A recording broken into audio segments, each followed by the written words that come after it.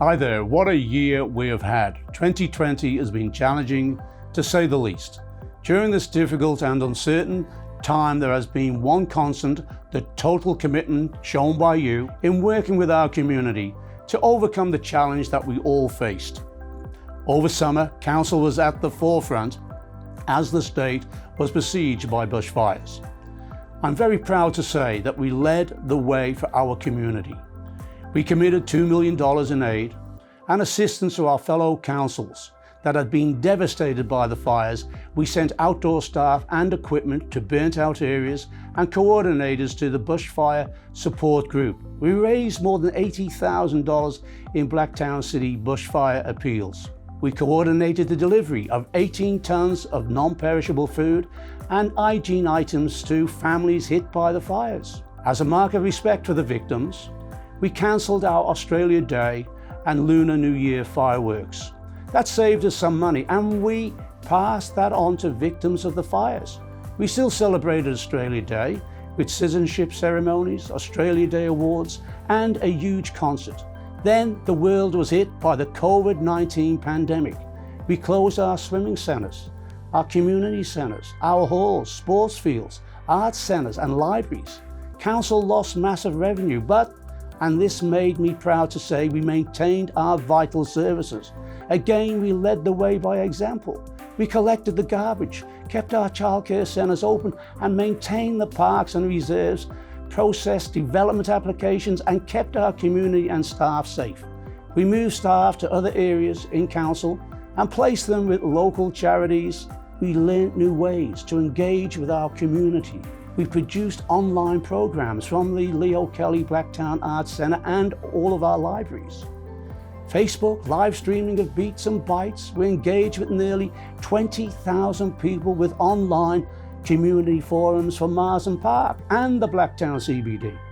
Despite all the difficulties of COVID-19, we had much to celebrate in Blacktown City. More than 1,000 residents will become Australian citizens during the year, both in face-to-face and online ceremonies. The summer bushfires destroyed 12 million hectares, devastated countless families, and showed us the reality of climate change. In February, Council acknowledged the climate emergency. Council committed to a target of 100% renewable electricity for our operations by 2025 and a target of net zero carbon emissions for Blacktown City by 2040. We're trialling cooler pavements, planting thousands of trees, providing free electric vehicle charging stations, and buying more electric vehicles. We have more than doubled our rooftop solar generation. We installed an extra 1,800 rooftop solar panels on our buildings. It's the biggest rooftop solar installation by any council in the state and will save us $170,000 in energy costs. The second half of the year, of course, saw our city gradually emerging from the shadow of the pandemic. We opened our leisure centres, swimming pools and tennis courts. We even held the family fish-in at Mount Druitt Pool. Residents in record numbers entered the Blacktown City Garden competition. They paraded four-legged friends in the Blacktown City Pet Festival at the showground. Live music, Beats and Bites returned to the Village Green and the Patrick Street pop-up park in the Blacktown City Centre. Blacktown Arts had a record-breaking 897 entries in the Blacktown City Arts Prize, and the Leo Kelly Arts Centre programs encouraged more than 2,500 creative residents. I'm extremely proud of our Blacktown libraries. So far this year, there have been nearly 800,000 loans of reading and listening items. Nearly 1,400 children are enrolled in our Kids Early Learning Blacktown City at 26 Kell childcare centres and in family daycare across our city. The transformation of Blacktown CBD is taking place at a rapid rate. The Warwick Lane redevelopment is racing ahead, with the underground car park nearly complete and the buildings either side taking shape. This time next year, it will be a vibrant park and plaza with shops, offices, and of course the convenient underground car park.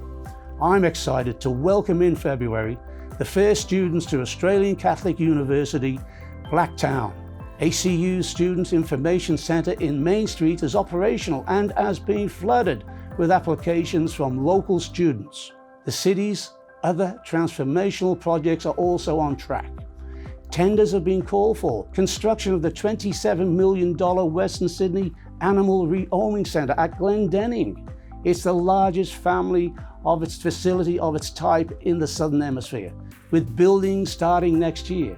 We achieved some milestones in service. For the third year running, Blacktown, our council, was named Australian Blood Challenge Champion. An incredible blood donation from our staff and the local community, saving an estimated 1,350 lives. We removed more than 150,000 tons of waste, and our teams removed nearly 30,000 square meters of graffiti from buildings and public places across the city of Blacktown. And then we commissioned some wonderful street art for our CBD laneways. We made a splash with water safety, teaching more than 18,000 people to swim.